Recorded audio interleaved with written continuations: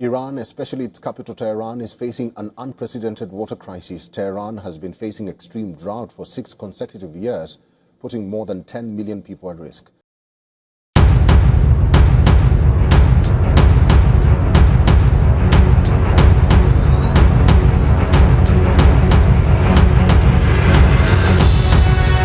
Kung sa Pilipinas, sanay na tayo sa mga water interruption, tanker lines at bigla ang anunsyo na may maintenance po ang linya, mawawala ang tubig hanggang gabi.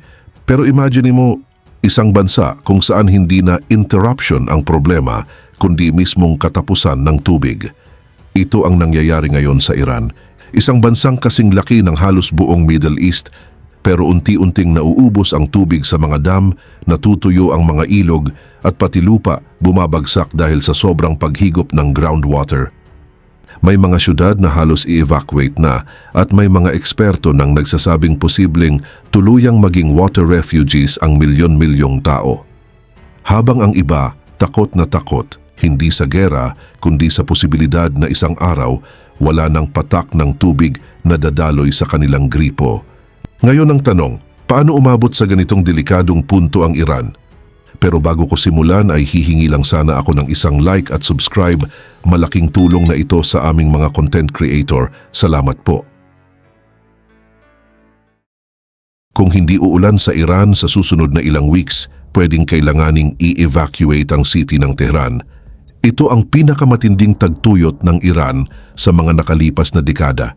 Ngayon, ang Iran, isang bansa na may higit sa 90 milyon na tao, ay humaharap sa pinakanakakatakot na sitwasyon na pwedeng maranasan ng kahit anong malaking city. Ang Tehran, ang puso ng Iranian state at tahanan ng 10 million na residents, ay papalapit na sa tinatawag ng mga eksperto na zero day, ang moment na totally titigil ang pagdaloy ng tubig. Dito mismo sa masisikip na communities ng capital, kumakalat ang takot ng mas mabilis kaysa information. Hindi na galing sa activists o anonymous experts ang warnings. Galing na ito mismo sa president ng bansa. Noong early November ngayong taon, umakyat sa podium si President Masoud Pezeshkian at sinabi ang mga salitang hindi pa kailanman sinabi ng kahit sinong Iranian leader. Ayon sa kanya, kung hindi uulan soon, magsisimula ang water rationing sa Tehran. At kung hindi sapat ang rationing, maaring kailanganin ng evacuation. Evacuation ng isang city na may 10 million na tao, kahit ang pinaka-loyal na supporters ng regime na tahimik. Hindi ito foreign media exaggeration. Hindi rin ito opposition propaganda. Ito ang mismong president na inaamin na ang Tehran, ang political, economic at military core ng Islamic Republic, ay pwedeng maging unlivable sa loob lang ng ilang weeks. Pero paano umabot ang isa sa pinakamatandang civilization sa mundo na may centuries ng water engineering knowledge sa ganitong level ng disaster? Ang sagot ay kombinasyon ng climate change, mismanagement, bumabagsak na infrastructure at populasyon na sobrang tagal nang hindi sinasabi ang totoo. Ngayon, nasa 6th consecutive year na ang Iran sa tagtuyot. Bumagsak ang rainfall sa historic lows. Ang heat waves nitong summer ay nag-break ng records at umabot ang temperature sa higit 50 degrees Celsius, levels na halos hindi na kayang tiisin ng tao sa labas. Buong reservoirs naging parang basag na disyerto. Ang mga ilog, memorya na lang ngayon at halos wala ng laman ang mga dams na nagbibigay ng tubig sa Tehran. Hindi ito metaphorically empty, literally bumaba sa less than 10% ng capacity. Sa Lian Dam, tumingin ang manager sa camera, halatang shocked at bumulong. Hindi pa namin nakitang ganito kalubog ang laman nito. Hindi man lang nangyari sa buong buhay ko. Sa Karaj Dam, na nagbibigay ng tubig sa Tehran at sa katabing Alborz province, umamin ang mga officials na bumagsak ang rainfall ng 92% kumpara sa previous year, 92%. Sa loob ng capital, unang tinamaan ang pinakamahihirap na districts, tapos dahan-dahang gumapang papunta sa upper-class neighborhoods. May mga babae na nag-record ng videos ng kitchen sinks nila, bukas ng todo pero completely dry. Nagsimula ng mag-imbak ng tubig ang mga tao sa timba at plastic barrels sa balconies. May ibang families na bottled water na ang kinokolekta para lang mapatakbo ang toilets. At ito ang geopolitical earthquake na walang nakahandang bansa. Ang pagbagsak na dulot ng water crisis ng Iran ay ang nightmare scenario para kay Putin. Kasi kapag nagsimulang mag-fall apart ang Tehran, buong war strategy ng Russia sa Ukraine at Middle East unti-unting guguho kasama nito. Dahil ang isang bumabagsak na Iran ay ang pinaka-worst strategic nightmare ni Putin. Ang buong Middle East at Ukraine strategy ng Russia ay nakasandal sa stability ng Iran. Nagbibigay ang Iran ng drones, ammunition at military technology na desperadong kailangan ng Russia para mapatuloy ang war nito laban sa Ukraine. Ang Shahed drones, cheap, deadly, mass-produced, ang nagbibigay daan sa Russia na umatake sa Ukrainian cities araw-araw na nag-o-overwhelm sa air defenses. Kung mawala ang Iran, mawawala sa Russia ang isa sa iilang dependable wartime suppliers nito. Pero hindi kayang magpadala ng war exports ng Iran kung mismong capital nila nauubusan ng tubig. Ang mga factory na gumagawa ng drone engines ay kailangan ng cooling systems, kuryente at purified water. Kapag may blackouts at water rationing, bumabagal o tumitigil ang production. Hindi rin makapasok ng maayos ang workers kapag chaos na ang city. Nagkakaroon ng food shortages at tumitindi ang unrest. Nahihirapan ng gumana ang hospitals at napipilitan ng government na i-redirect ang resources papunta sa survival, hindi sa foreign operations. Ang isang bansang lumalaban para sa sariling existence ay hindi kayang mag-supply ng war machine ng ibang bansa. At hindi lang sa supply chains tumatama ang crisis. Tinatamaan din nito ang political system ng Iran. Kapag nauuhaw, nagugutom at galit ang mga tao, bumabagsak ang gobyerno. 3 beses nang nagkaroon ng national protest sa Iran sa last 5 years. Pero iba ang water protests. Ang tubig hindi ideology, hindi politics. Tubig ay survival. Kapag 10 million na tao sa Tehran ang humarap sa day zero, pwedeng makita ng state ang pinakamalaking internal uprising sa history nito. Kapag nag-destabilize o nag-collapse ang government ng Iran, talo ang Russia. Mawawala ang drone supplier nito, ang Middle Eastern partner, ang oil corridor, ang intelligence network at ang strategic buffer laban sa Western influence. Ang Tehran water crisis ay hindi lang nagpapahina sa Russia, iniisa-isa nitong i-isolate ang Russia. Strained na ang war machine ni Putin. Paubos na ang ammunition, overstretched na ang factories, fragile ang ruble. Ngayon, imagine mo ito, ang Iran, ang pinaka-importanting wartime partner ng Russia, ay nagsisimulang mag-shutdown ng production dahil wala ng tubig o kuryente ang capital. Ito ang dahilan kung bakit ang krisis sa Tehran ay hindi simpleng catastrophe ng Iran. Isa itong geopolitical earthquake na tumatama diretso sa pundasyon ng war effort ng Russia. Hindi kayang palitan ng Russia nang mabilis ang cheap drones ng Iran. Hindi magre-risk ang China ng sanctions para maging main supplier ng Russia. Kayang mag-supply ng North Korea ng artillery shells pero hindi advanced UAV technology. Kapag ang Iran ay bumagsak sa internal chaos o kahit partial dysfunction, mawawala sa Russia ang isang critical lifeline. Alam ito ni Putin at terrified siya dahil ang war sa Ukraine ay naging race na sa pagitan ng dalawang collapse, ang defense lines ng Ukraine o ang supply lines ng Russia. At ang day zero ng Iran ay isang direct assault sa kakayahan ng Russia na ipagpatuloy ang war. Habang natutuyo ang Tehran, mas dumidilim ang future ng Russia. Lumalala pa ang domino effect.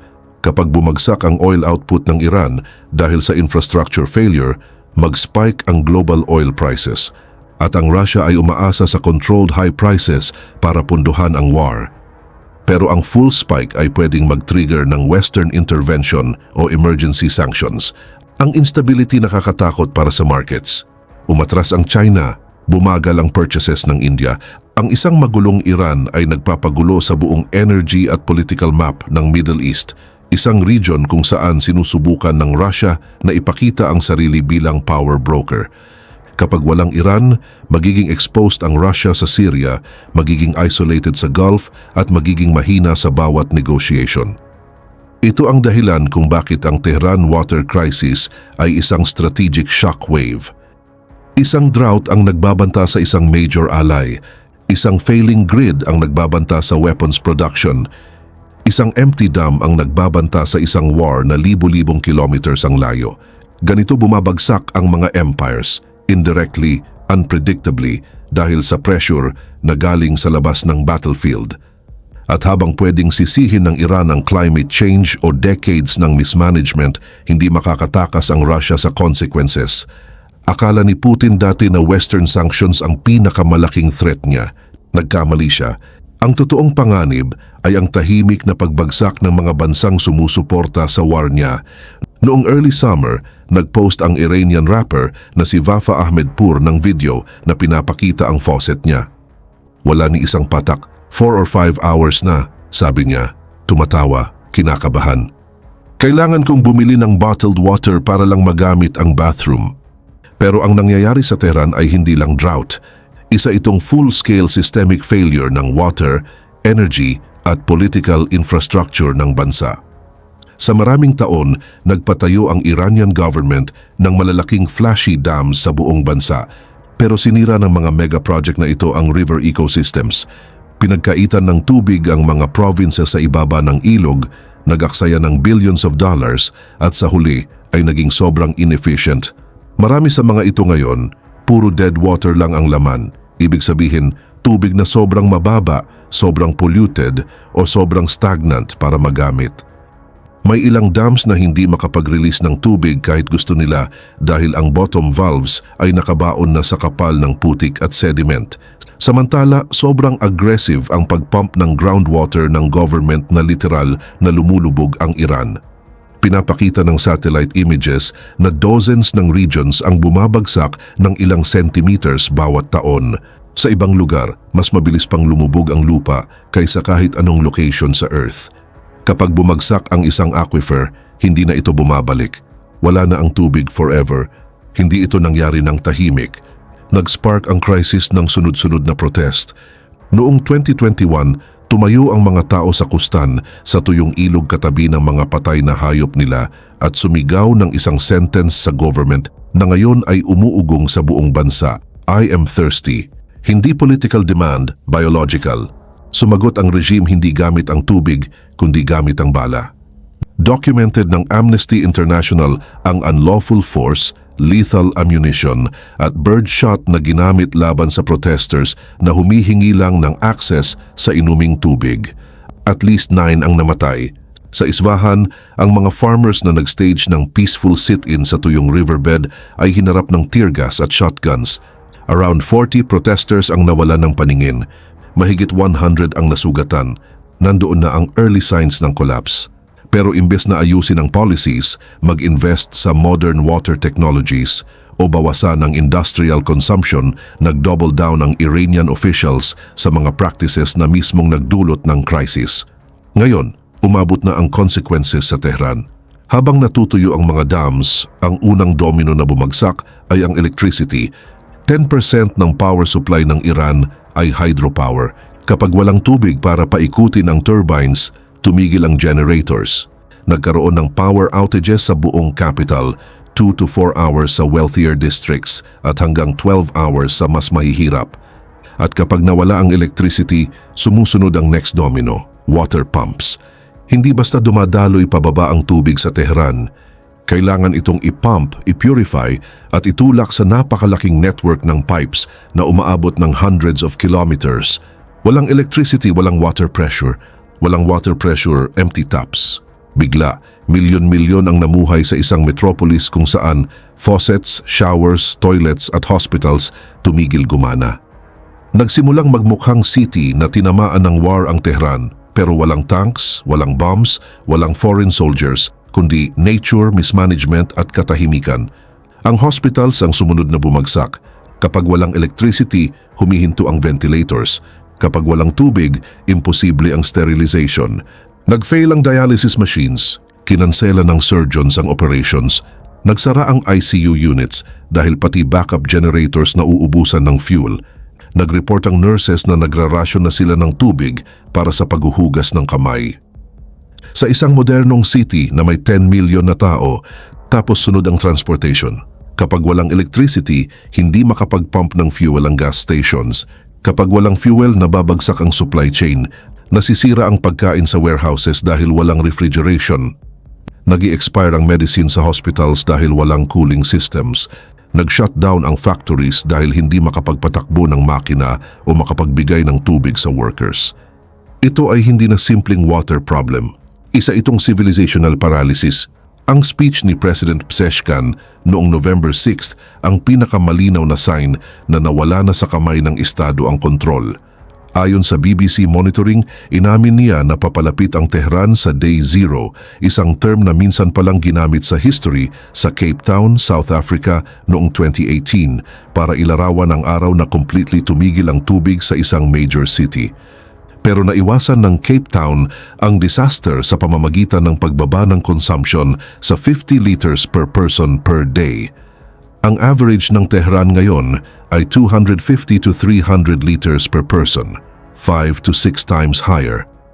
Hindi dahil careless ang mga Iranians, kundi dahil sobrang sira ang system na sobrang daming tubig ang nawawala sa faulty pipes at pressure imbalances. At hindi tulad ng Cape Town, walang emergency plans ang Iran, walang high-capacity desalination plants, walang storage infrastructure, walang national water conservation strategy. Hindi handa ang bansa sa krisis na ganito kalaki. Ang pag-evacuate ng Tehran ay hindi parang pag-evacuate ng coastal town sa hurricane. Hindi mo maililipat ang 10 million tao sa isang week, isang month o kahit isang year. Walang transportation, walang housing, at walang economic stability ang Iran para i-relocate kahit fraction ng capital nito. Ang idea ng evacuation ay tunog absurd para kay former Tehran Mayor Gholam Hossein Karbashi na nagsabi sa Iranian newspapers, "Evacuating throne makes no sense." Tama siya, pero yan ang dahilan kung bakit nakakatakot ang crisis. Walang realistic plan B. Samantala, lumalaki ang panig sa publiko. Kumakalat ang videos ng supermarket shelves na wala ng bottled water. Naghihintay ang mga tao ng maaga sa umaga na may bit-bit na buckets, jugs at plastic containers, umaasang darating ang water truck. Marami ang bumibili ng personal water tanks para sa rooftops, isang luxury na hindi kaya ng mahihirap. Ang water bankruptcy ng Iran ay hindi na prediction. Nangyayari na ito ngayon at hindi mapipigilan ang consequences sa borders ng Iran.